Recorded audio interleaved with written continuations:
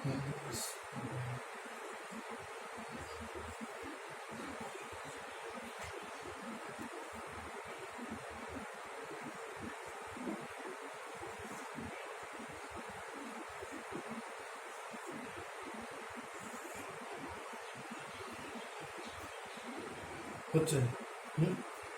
আচ্ছা, আজকে আমরা আলোচনা করব স্ফুটনাঙ্কের উন্নয়ন এবং হিমাঙ্কের অবনমন সম্পর্কে।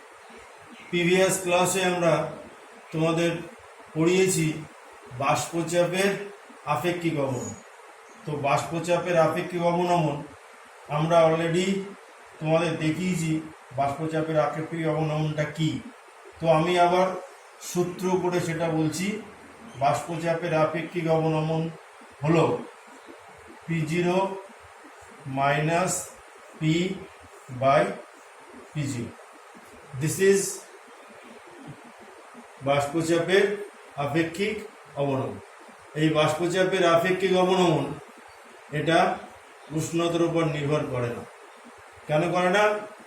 কারণ যেহেতু দুটো রাশির এটা অনুপাত, সেই জন্য এটা বাষ্পচাপের উষ্ণতা ইন্ডিভিজুয়ালি দুটোই উষ্ণতার উপর নির্ভর করে, সেই জন্য এর অনুপাতটা উষ্ণতার উপরে নির্ভর করে না। তো এই বাষ্পচাপের আপেক্ষিক অবনমন সংক্রান্ত বিজ্ঞানী রাউট একটা সূত্র দিয়েছিলেন। সূত্রটা হলো বাষ্পচাপের আপেক্ষিক অবনমন দ্রবণে উপস্থিত দ্রাবের মোল ভগ্নাংশের সমান হয়। অর্থাৎ PA0 minus PA by P0 equal to XB, যেখানে XB হলো দ্রবণে উপস্থিত দ্রাবের মোল ভগ্নাংশ। তো এই সূত্রটি বা এই বাষ্পচাপের আপেক্ষিক অবনমন এটা একটি কলিগেটিভ প্রপার্টি, মানে সংখ্যাগত ধর্ম। কেন সংখ্যাগত ধর্ম? তার কারণ এটা দ্রাবের মোল সংখ্যার উপরে নির্ভর করে। কিভাবে দ্রাবের মোল সংখ্যার উপর নির্ভর করছে? যেহেতু এটা মোল ভগ্নাংশের সঙ্গে সমান, আর মোল ভগ্নাংশ দ্রাবের কণার সংখ্যার উপর নির্ভর করে, সুতরাং বাষ্পচাপের আপেক্ষিক অবনমন এটা একটি সংখ্যাগত ধর্ম। তো আমরা এই বাষ্পচাপের আপেক্ষিক অবনমন থেকে কিভাবে দ্রাবের আণবিক গুরুত্ব নির্ণয় করা যায় সেটা আমরা এখন ডিডাকশন করব।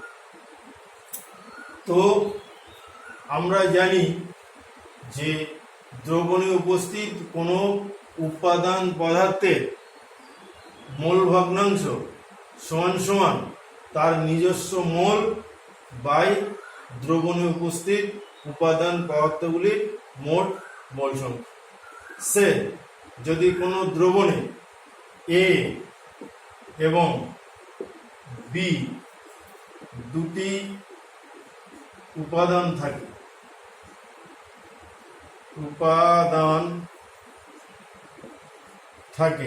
এবং তাদের মোল সংখ্যা যথাক্রমে N1 এবং N2 হয় এবং তাদের মোল ভগ্নাংশ যথাক্রমে X1 এবং X2 হয়, তাহলে উপাদান A মোল ভগ্নাংশ X1 equal to N1 by N1 plus N2। Similarly একই রকম ভাবে দ্রাব B তার মোল ভগ্নাংশ যদি X2 হয়, তাহলে X2 ইকুয়াল টু আমরা লিখতে পারি N2 by N1 plus N2। তো সমীকরণ 1 নম্বরে যদি আমরা x2 এর মানটা বসিয়ে দিই তাহলে আমরা পাই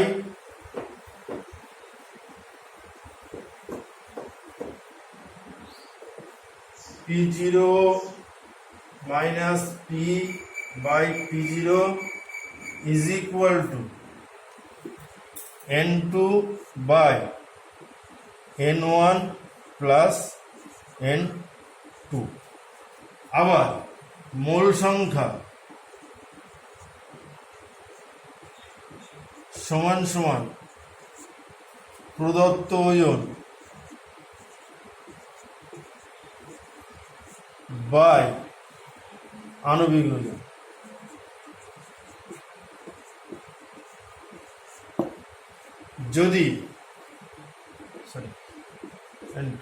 যদি দ্রাবের মোল প্রদত্ত ওজন W2 হয় তাহলে মোল সংখ্যা হবে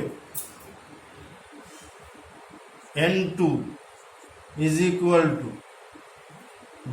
W2 by M2, যেখানে W2 হলো দ্রাবের প্রদত্ত ওজন, M2 হলো দ্রাবের আণবিক ওজন।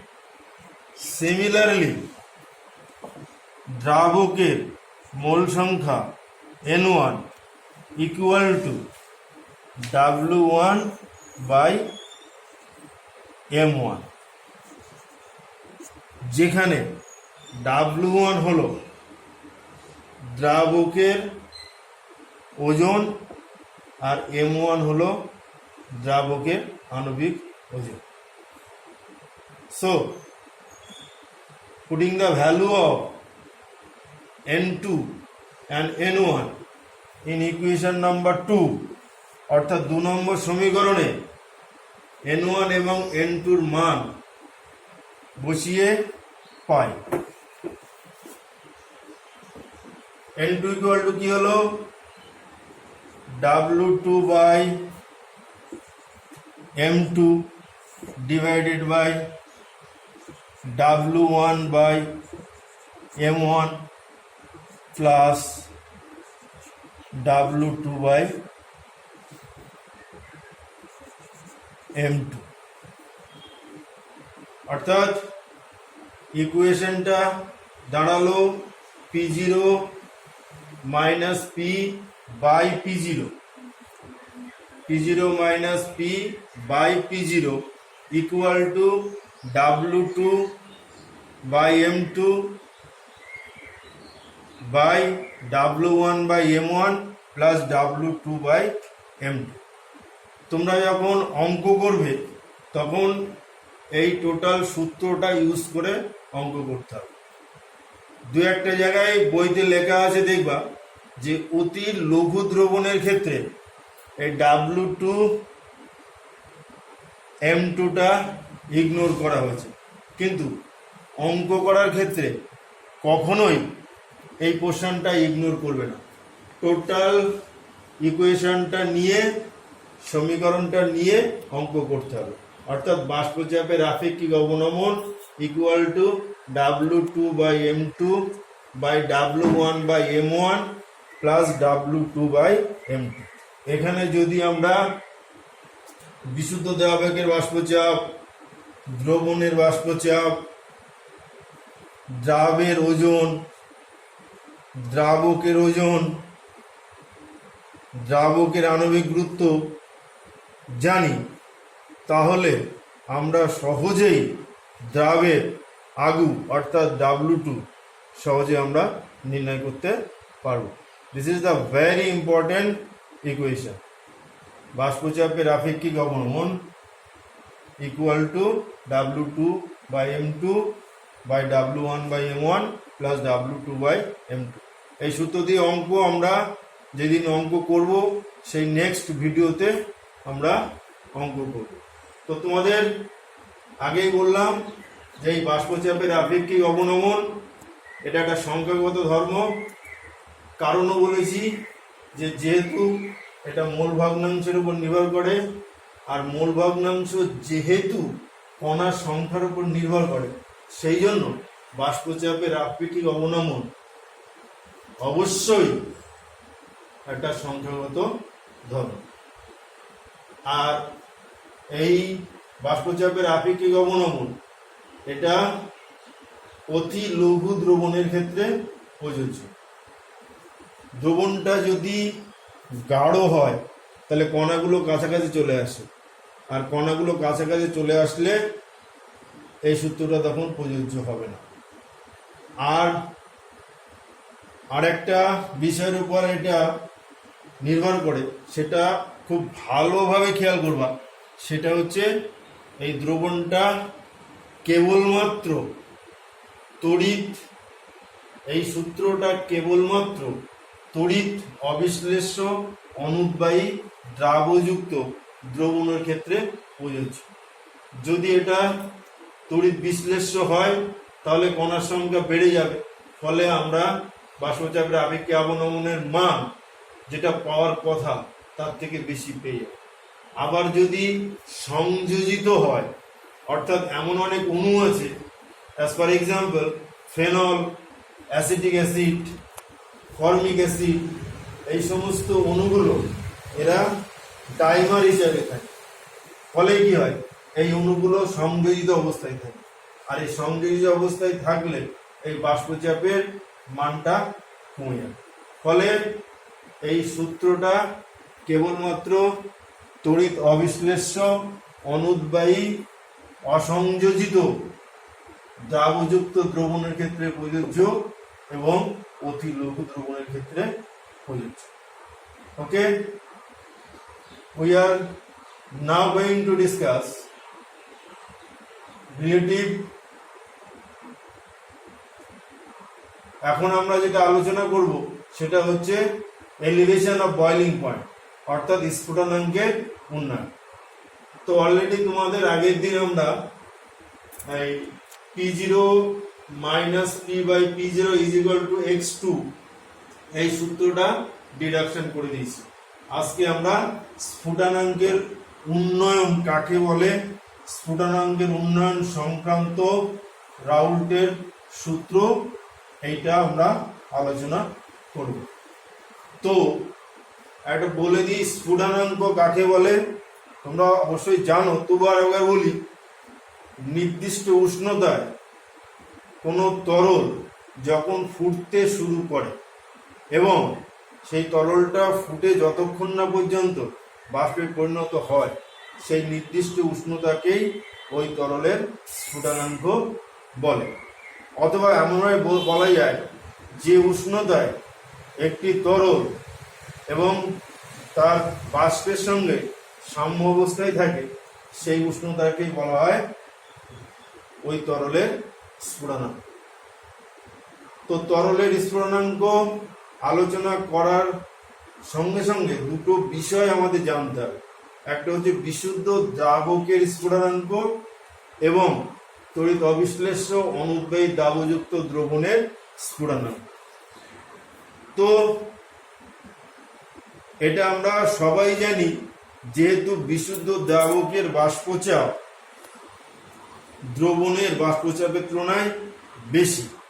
এখন কেউ যদি জিজ্ঞাসা করে যে বিশুদ্ধ দ্রাবকের বাষ্পচাপ দ্রবণের বাষ্পচাপের চেয়ে বেশি হয় কেন, সেটা অলরেডি তোমাদের আগে আমি জানিয়ে দিয়েছি।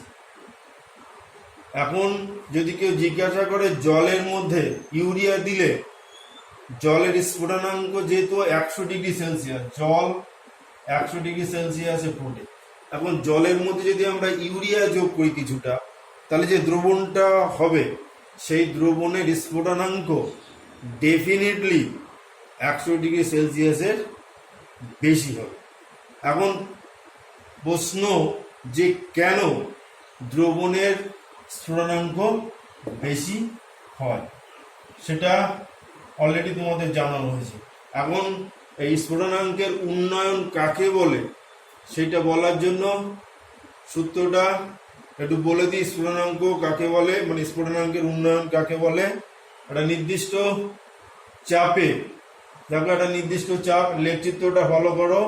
নির্দিষ্ট চাপে বিশুদ্ধ দ্রাবকের স্ফুটনাঙ্ক বেশি দেখা যাচ্ছে না দ্রবণের স্ফুটনাঙ্ক বেশি যাচ্ছে? ডেফিনেটলি দেখা যাচ্ছে এবি সরলরেখাটা হচ্ছে বিশুদ্ধ দ্রাবকের বাষ্পচাপের সরলরেখা, আর সিডি হচ্ছে দ্রবণ। এটা হচ্ছে এবি হচ্ছে বিশুদ্ধ দ্রাবক, আই রিপিট এগেইন, এবি হচ্ছে বিশুদ্ধ দ্রাবকের বাষ্পচাপের সরলরেখা লেখচিত্র, আর সিডি হচ্ছে দ্রবণের বাষ্পচাপের লেখচিত্র। যেহেতু বিশুদ্ধ দ্রাবকের বাষ্পচাপ বেশি, দ্রবণের বাষ্পচাপ কম, সেই জন্য এবিটা সিডির উপরে আছে। এবার আমরা লেখচিত্র করে তোমাদের সংজ্ঞাটা বোঝাচ্ছি। তো এখানে নির্দিষ্ট চাপ মনে করো পি, আর ই হচ্ছে সেই বিন্দু যে বিন্দুতে এই বিশুদ্ধ দ্রাবকটি ফুটতে শুরু করেছে। অর্থাৎ এবিটা হচ্ছে বিশুদ্ধ দ্রাবকের, এইটা হচ্ছে তরল দশা, ইবিটা হচ্ছে বাষ্পীয় দশা, আর ই হচ্ছে স্ফুটনাঙ্ক। এবং সেই স্ফুটনাঙ্কটার নিচে আমরা এক্স অক্ষ বরাবর এন বিন্দুতে ছেদ করেছে এবং সেটার নাম দিয়েছি আমরা টিবি জিরো। অর্থাৎ বিশুদ্ধ দ্রাবকের স্ফুটনাঙ্ক হলো টিবি জিরো। এখন এই বিশুদ্ধ দ্রাবক যেহেতু ই বিন্দুতে ফুটেছে, দ্রবণটাকে ই বিন্দুতে ফুটবে? ডেফিনেটলি ফুটবে না। তার কারণ এই ই স্ফুটনাঙ্ক অর্থাৎ ইর যে টেম্পারেচার, সেই টেম্পারেচারে দ্রবণটা ফুটবে না। তার কারণ তখন দ্রবণের বাষ্পচাপ কম। তাহলে এই দ্রবণটাকে ফোটাতে গেলে উষ্ণতাকে বাড়াতে হবে। ভালো করে খেয়াল করো, এক্স অক্ষর বরাবর আমরা উষ্ণতা এঁকেছি। তাহলে উষ্ণতাকে বাড়িয়ে এই এফ হচ্ছে সেই বিন্দু যে বিন্দুটা দ্রবণ ফুটতে শুরু করেছে। অর্থাৎ দ্রবণের স্ফুটনাঙ্ক হচ্ছে এফ বিন্দু। এই এফ বিন্দু বরাবর যদি আমরা এক্স অক্ষ বরাবর বিন্দুটাকে কনসিডার করি এম, তাহলে এমটাই হবে দ্রবণের স্ফুটনাঙ্ক। তো ডেফিনেটলি স্ফুটনাঙ্কের উন্নয়ন এখানে কি দাঁড়াচ্ছে? এম মাইনাস এন, অর্থাৎ টিবি মাইনাস টিবি জিরো। তাহলে আমরা কি লিখতে পারি? স্ফুটনাঙ্কের উন্নয়ন ডিনোটেড বাই ডেল্টা টিবি। তোমরা অলরেডি লেখচিত্রে ডেল্টা টিবির মানটা কি দেখতে পাচ্ছ? এই delta TB equal to definitely আমরা লিখতে পারি টিবি মাইনাস টিবি জিরো, যেখানে টিবি হচ্ছে দ্রবণের স্ফুটনাঙ্ক অর্থাৎ তড়িৎ অবিশ্লেষ্য অনুদ্বায়ী দাবযুক্ত দ্রবণের স্ফুটনাঙ্ক, আর টিবি জিরো হলো বিশুদ্ধ দ্রাবকের স্ফুটনাঙ্ক। তো সংজ্ঞা হিসেবে আমরা বলতে পারি যে একটা নির্দিষ্ট চাপে তড়িৎ অবিশ্লেষ্য অনুদ্বায়ী দাবযুক্ত দ্রবণের স্ফুটনাঙ্ক এবং ওই একই চাপে বিশুদ্ধ দ্রাবকের স্ফুটনাঙ্কের অন্তর্ফল বা বিয়োগফলকে বলা যাবে স্ফুটনাঙ্কের উন্নয়ন, that is elevation of boiling point denoted by delta TB. Okay, তো এই স্ফুটনাঙ্কের উন্নয়ন সংক্রান্ত বিজ্ঞানী রাউল একটা দুটো সূত্র দিয়েছে। তো মেনলি আমরা প্রথম সূত্রটা লিখব। এক নম্বর সূত্র হচ্ছে স্ফুটনাঙ্কের উন্নয়ন delta TB is proportional to M. এমটা কি? এমটা হচ্ছে মোলালিটি, অর্থাৎ দ্রবণে উপস্থিত দ্রাবের মোলালিটি। তাহলে আমরা লিখতে পারি যে স্ফুটনাঙ্কের উন্নয়ন দ্রবণের মোলালিটি অর্থাৎ দ্রবণে উপস্থিত দ্রাবের মোলাল কনসেন্ট্রেশনের সঙ্গে সমানুপাতিক হয়। অর্থাৎ এখান থেকে আমরা লিখতে পারি delta TB is equal to KB into M, যেখানে কেবি একটা ধ্রুবক, একে বলা হয় স্ফুটনাঙ্ক উন্নয়ন ধ্রুবক, আর এম হচ্ছে মোলালিটি। তো এখান থেকে আমরা আরেকটা সূত্র ডিডিউস করতে পারি, অর্থাৎ আমরা লিখতে পারি KB into W2 into 1000 by W1 into M2। এটা মোলালিটির সঙ্গে আমরা কি পড়েছি যে 1000 গ্রাম দ্রাবকে যত গ্রাম দ্রাবের মোল দ্রবীভূত থাকে সেটাই হচ্ছে মোলালিটি। অর্থাৎ মোলালিটি সমান সমান W2 by M2 into 1000, okay, into W1। অর্থাৎ আমরা যদি লিখি যে W1 গ্রাম দ্রাবকে W2 বাই M2 গ্রাম যে দ্রাব দ্রবীভূত থাকে, তাহলে 1000 গ্রাম দ্রাবকে দ্রবীভূত থাকবে W2 into 1000 by M2 into W1। অর্থাৎ আমরা মোলালিটির এই মানটা এই জায়গাটায় আমরা বসিয়ে দিয়েছি। তাহলে বসিয়ে দিলে আমাদের সূত্রটা দাঁড়াচ্ছে delta TB is equal to KB into M, অর্থাৎ KB into W2 into 1000 by W1 into M2। তো এই সূত্র থেকেও আমরা দ্রাবের আণবিক ওজন নির্ণয় করতে পারি। যদি স্ফুটনাঙ্কের উন্নয়ন আমরা জানি, কেবির মান জানি, W2 মান জানি, W1 এর মান জানি, তাহলে আমরা অবশ্যই M2 মান নির্ণয় করতে পারব। তো এখানে কেবিটাকে ধ্রুবক বলা হয়, এই কেবিটাকে স্ফুটনাঙ্কের উন্নয়ন ধ্রুবক বলে। অর্থাৎ কেবি সমান সমান আমরা লিখতে পারি ডেল্টা টিবি বাই এম। তো এখন এই কেবি কাকে বলে কেউ যদি জিজ্ঞাসা করে, বা হোয়াট ইজ কল্ড কেবি, অর্থাৎ স্ফুটনাঙ্কের উন্নয়ন ধ্রুবক কাকে বলে, যদি আমরা এম সমান সমান 1 বলি ধরি, তাহলে আমরা লিখতে পারি KB equal to delta TB. Delta TB অর্থাৎ একক মোলাল গাঢ়ত্বে কোন দ্রবণে স্ফুটনাঙ্কের উন্নয়নকেই স্ফুটনাঙ্কের উন্নয়ন ধ্রুবক বলে। আই রিপিট এগেইন, একক মোলাল গাঢ়ত্বে কোন দ্রবণের